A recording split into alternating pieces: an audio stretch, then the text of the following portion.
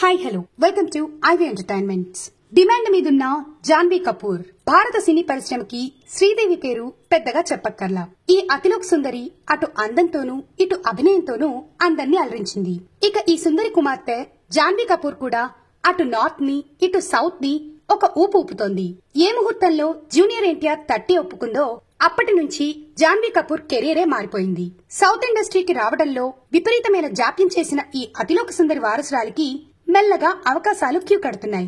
అవి కూడా క్రేజీ కాంబినేషన్లని Tollywood hot topic. Ram Charan దర్శకుడు బుచ్చిబాబు కాంబోలో తెరకెక్కబోయే స్పోర్ట్స్ డ్రామాకు తనని ఫస్ట్ ఆప్షన్ గా పెట్టుకున్నట్లు ఇన్సైడ్ ఇన్ఫర్మేషన్. తారక్ తో షూటింగ్ కి మొదలు జరిగిన ఫోటోషూట్ పిక్స్ చూసి సంతృప్తి చెందిన RC16 టీం అధిక శాతం పాజిటివ్ గా స్పందిస్తున్నారు. ఏజెంట్ డిజాస్టర్ తో విశ్రాంతి కోసం దుబాయ్ వెళ్లిపోయిన అఖిల్ తరువాత యువి క్రియేషన్స్ తో చేతులు కలుపుతున్నాడు. డెబ్యూ డైరెక్టర్ కథ స్క్రిప్ట్ ఓకే చేసినట్లు తెలుస్తోంది.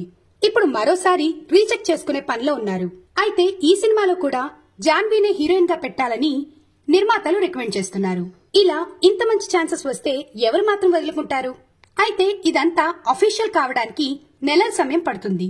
తారక్ సినిమా ఈ ఏడాది చివర్లో పూర్తవుతుంది కనుక ఈలోగా జాన్వీ వేరే కమిట్మెంట్స్ ప్లాన్ చేసుకోవచ్చు.